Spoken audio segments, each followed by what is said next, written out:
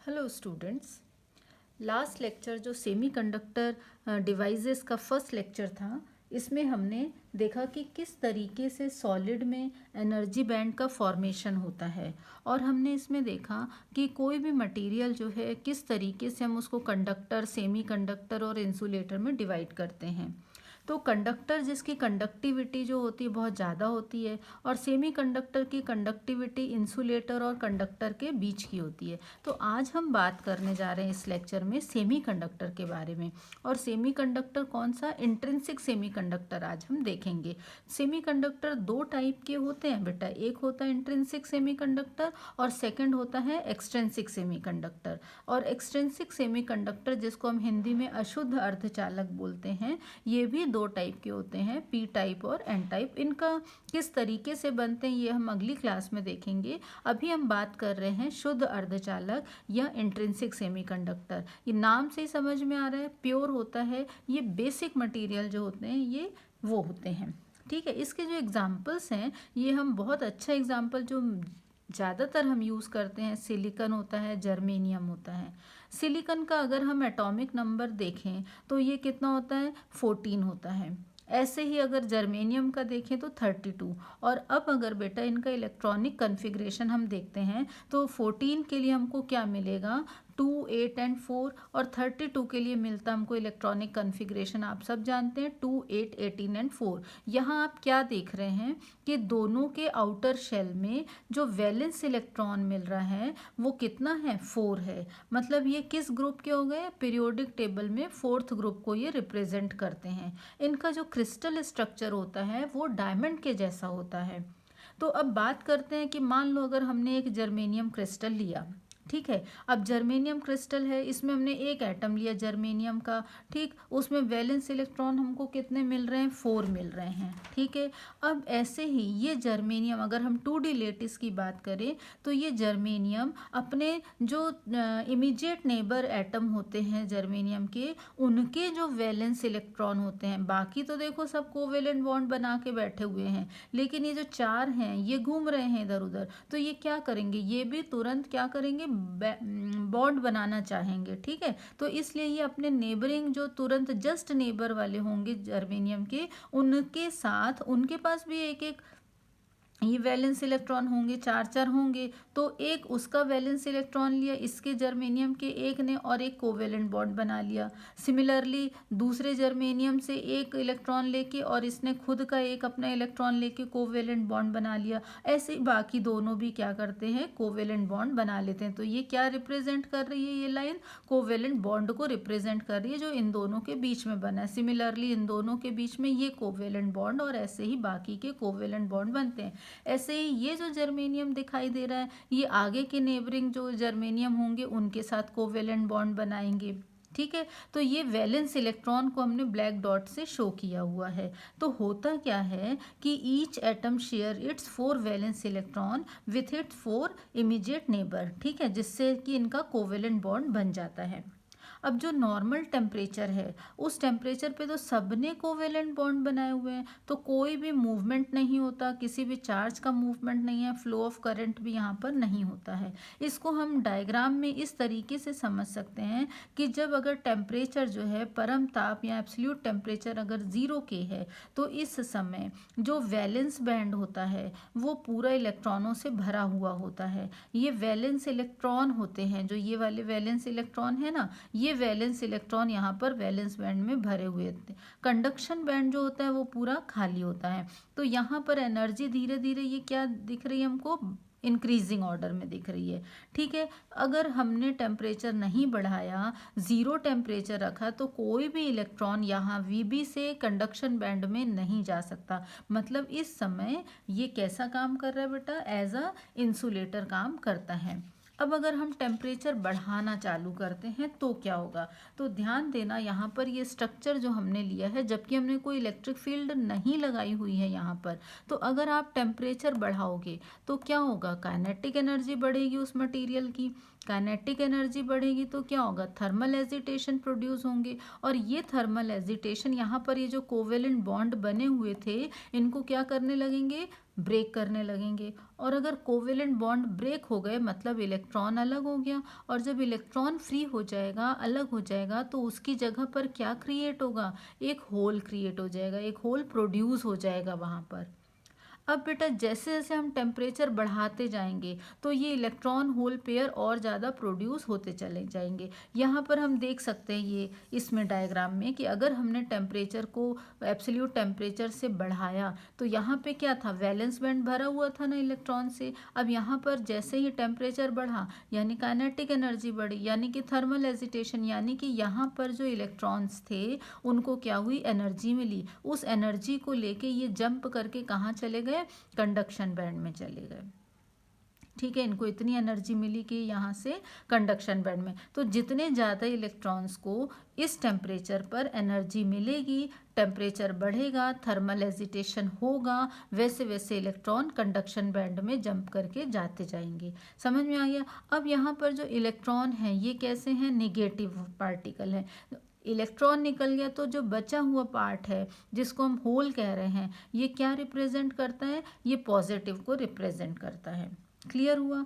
अब यहाँ पर हम देख रहे हैं कि इलेक्ट्रॉन और होल दोनों ही इलेक्ट्रिक कंडक्शन में पार्टिसिपेट करते हैं। ठीक है, अगर हम टेम्परेचर को और बढ़ा देते हैं तो क्या होगा, जैसे और टेम्परेचर बढ़ेगा तो और काइनेटिक एनर्जी बढ़ेगी, काइनेटिक एनर्जी और बढ़ी तो थर्मल एजिटेशन और होगा, जिससे क्या होगा, और कोवेलेंट बॉन्ड टूटेंगे, और कोवेलेंट बॉन्ड टूटेंगे तो और ज़्यादा इलेक्ट्रॉन फ्री होंगे और उतने ही ज़्यादा होल भी प्रोड्यूस होंगे। तो यहाँ से क्या हुआ, और एनर्जी मिली, टेम्परेचर बढ़ने पर ज़्यादा से ज़्यादा इलेक्ट्रॉन ऊपर चले गए, ज़्यादा से ज़्यादा इलेक्ट्रॉन सीबी में गए तो यहाँ पर उतने ही होल, मतलब जितने नंबर ऑफ होल्स हैं उतने ही नंबर ऑफ इलेक्ट्रॉन हमको मिलते जाते हैं। उनका कंसंट्रेशन कैसा होता है, बराबर होता है।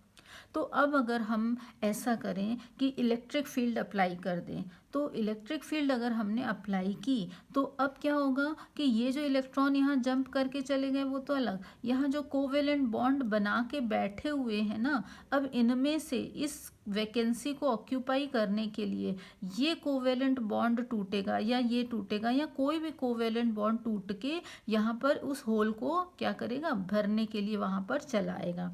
और ये चीज़ें हमको ध्यान में रखना है कि इलेक्ट्रिक फील्ड जब हम अप्लाई कर रहे हैं तो इलेक्ट्रॉन का जो डायरेक्शन होगा होल को फिलअप करने के लिए अपोजिट द इलेक्ट्रिक फील्ड होगा। जिस डायरेक्शन में इलेक्ट्रॉन जा रहे हैं वो इलेक्ट्रिक फील्ड के अपोजिट डायरेक्शन में जाते हुए उस होल को भरेंगे। फिर उसकी जगह पर एक होल क्रिएट हो जाएगा जो इलेक्ट्रॉन जंप करके आएगा। अब उसको फिलअप करने के लिए कहीं से दूसरा कोवेलेंट बॉन्ड टूटेगा और वहाँ पर बने हुए होल को वो फिलअप करेगा। तो इस तरीके से ये प्रोसीजर चलती जाएगी। तो यहाँ पर हम यहाँ देख रहे हैं कि अगर एक्सटर्नल इलेक्ट्रिक फील्ड हमने अप्लाई की या कोई पोटेंशियल डिफरेंस हमने लगा दिया तो वो क्या करेगा, कोवेलेंट बॉन्ड को तोड़ेगा जो भी होंगे और वहाँ से इलेक्ट्रॉन जो होंगे उस नेबरिंग होल को फिलअप करने के लिए आ जाएंगे, भरने के लिए। ठीक है, तो यहाँ पर भी हम देख रहे हैं कि इलेक्ट्रॉन और होल का जो कंसंट्रेशन है कैसा मिल रहा है, हमको इक्वल मिल रहा है। अच्छा, एक चीज़ और यहाँ देखना कि ये जो हमने EC लिखा है ये किसको रिप्रेजेंट कर रहा है, EF किसको रिप्रेजेंट कर रहा है, EV क्या है। तो यहाँ पर ये सब क्योंकि हमने यहाँ शो किया एनर्जी, तो ये सारे के सारे क्या हैं, एनर्जी को रिप्रेजेंट कर रहे हैं। EV क्या है, EV इस वैलेंस बैंड के सबसे अपर लेवल की एनर्जी को रिप्रेजेंट करता है। EC कंडक्शन बैंड के सबसे लोअर लेवल की एनर्जी को रिप्रेजेंट कर रहा है। सिमिलरली अगर हम EF की बात करें तो EF क्या है, इन एनर्जी गैप के बीच में सेंटर में एक फर्मी लेवल है। ये फर्मी लेवल क्या है इसके बारे में हम विस्तार से बिल्कुल नेक्स्ट लेक्चर में डिस्कस करने वाले हैं। बहुत ही इंटरेस्टिंग टॉपिक रहेगा फर्मी लेवल से रिलेटेड इंट्रिंसिक सेमीकंडक्टर के लिए। तो अब ध्यान दें कि जैसे जैसे हमने टेम्परेचर बढ़ाया, ज़्यादा से ज़्यादा इलेक्ट्रॉन वैलेंस बैंड से कंडक्शन बैंड में जाने लगे, उनकी जगह होल प्रोड्यूस होने लगे, दोनों का जो कंसंट्रेशन है वो इक्वल है। ठीक है, और यहाँ पर फील्ड की डायरेक्शन में क्या होता है, इलेक्ट्रॉन जो होते हैं उसके अपोजिट और होल्स जो होते हैं फील्ड फील्ड की डायरेक्शन में मूव होने लगते हैं अगर हम बाहर से एक्सटर्नल सोर्स से कोई फील्ड अप्लाई कर दें। ठीक है, तो कन्वेंशनल करंट की डायरेक्शन जो होगी यहाँ पर ये मिलेगी। अगर हमने ये एक इंट्रिंसिक सेमीकंडक्टर रखा हुआ है, टेम्परेचर बढ़ा हुआ है, इलेक्ट्रॉन होल पेयर जनरेट हो रहे हैं, फील्ड अप्लाई किया। जब हमने नहीं फील्ड अप्लाई किया था, रैंडमली इधर उधर ओरिएंटेड थे, फील्ड अप्लाई करने पर along the direction of field क्या होता है, होल चलने लगते हैं और उसके अपोजिट डायरेक्शन में इलेक्ट्रॉन। तो इलेक्ट्रॉन करंट जो है ये आई प्रोड्यूस करेंगे और होल जो होंगे आई एच होल करंट प्रोड्यूस करने वाले हैं। अब यहाँ पर जो कंसंट्रेशन है ये तो हमने देख लिया कि दोनों इक्वल हैं, और ये दोनों किसके इक्वल है, इंट्रिंसिक कैरियर डेंसिटी के इक्वल ही होते हैं। हिंदी में इसको हम एनआई को अंतर्वाहक घनत्व बोलते हैं। लेकिन एक चीज़ बेटा हमको यहाँ पर ये भी ध्यान में रखनी है कि ये जो इलेक्ट्रॉन की वजह से फ्लो होने वाली जो करंट है, होल की वजह से फ्लो होने वाली करंट से थोड़ी सी ज़्यादा होती है, जबकि कंसंट्रेशन बराबर है। ऐसा इसलिए होता है क्योंकि इलेक्ट्रॉन कहाँ पर मिल रहे हैं, कंडक्शन बैंड में। कंडक्शन बैंड में उसकी काइनेटिक एनर्जी क्या है, ज़्यादा है, और वो लगभग खाली है, तो उसमें मूवमेंट ज़्यादा होता है, उसकी करंट कैसी होगी, ज़्यादा होगी। ठीक है, अब इसके साथ साथ हम ये भी देखेंगे कि जो इलेक्ट्रॉन और जो होल पेयर प्रोड्यूस हो रहे हैं, ठीक है, ये जो होल पेयर प्रोड्यूस होते हैं इनका आपस में कहीं रिकॉम्बिनेशन भी हो सकता है क्या। तो जब थर्मल एजिटेशन हो रहे हैं, इलेक्ट्रॉन होल पेयर प्रोड्यूस हो रहे हैं, तो ये जो इलेक्ट्रॉन घूम रहे हैं इनकी इरेगुलर मूवमेंट के कारण ये प्रोसेस होने लगती है, जिसको हम कहते हैं रिकॉम्बिनेशन। ये क्या करते हैं, जहाँ से प्रोड्यूस हुए इलेक्ट्रॉन जिस होल से अलग हुए हैं वहीं आकर मिल सकते हैं।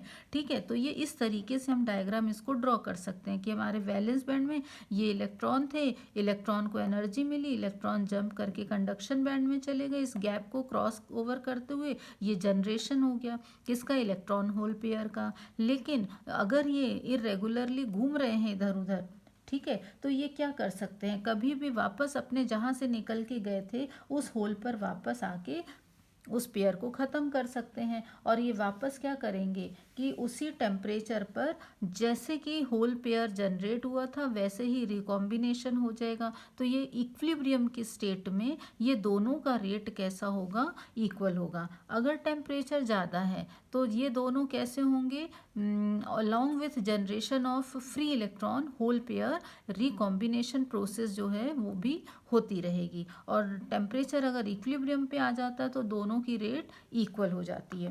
क्लियर है। तो रिकॉम्बिनेशन जो है वैसे बहुत कम होता है लेकिन उसके चांसेस बने रहते हैं। ठीक है, अब यहाँ पर हमने देखा कि जब इलेक्ट्रिक फील्ड हम अप्लाई करते हैं तो कंडक्शन जो electron start moving with certain velocity. ठीक है, और ये जो वेलोसिटी है ये अपोजिट टू फील्ड डायरेक्शन होती है। इस वेलोसिटी को हम क्या कहते हैं, अनुगमन वेग कहते हैं या ड्रिफ्ट वेलोसिटी कहते हैं। ठीक है, जैसे हमने फील्ड अप्लाई किया तो इलेक्ट्रॉन का कंडक्शन जो है वो कंडक्शन इलेक्ट्रॉन जो होते हैं घूमना चालू हो जाते हैं।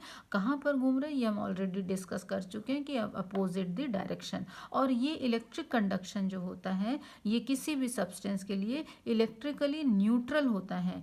क्यों, क्योंकि दोनों के कंसंट्रेशन कैसे हैं, बराबर हैं इलेक्ट्रॉन और होल के लिए।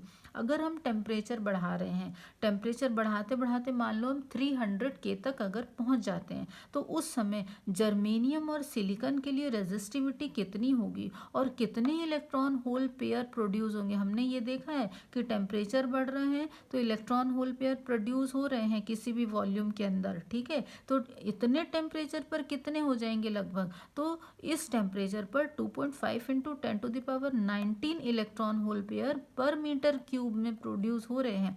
और इस वजह से इसकी जो रेजिस्टिविटी होगी, जो कहना चाहिए कि प्रतिरोधकता होगी जर्मेनियम के लिए, वो 0.5 ओम मीटर की होती है। ऐसे ही अगर हम सिलिकॉन की बात करते हैं तो सिलिकॉन में भी पर क्यूबिक मीटर में ये इलेक्ट्रॉन होल पेयर की संख्या 1.6 इंटू 10⁻16 के आसपास होगी। और उसकी जो रेजिस्टिविटी होगी या प्रतिरोधकता होगी वो किसके इक्वल हो जाएगी, 2300 ओम मीटर के बराबर हो जाएगी।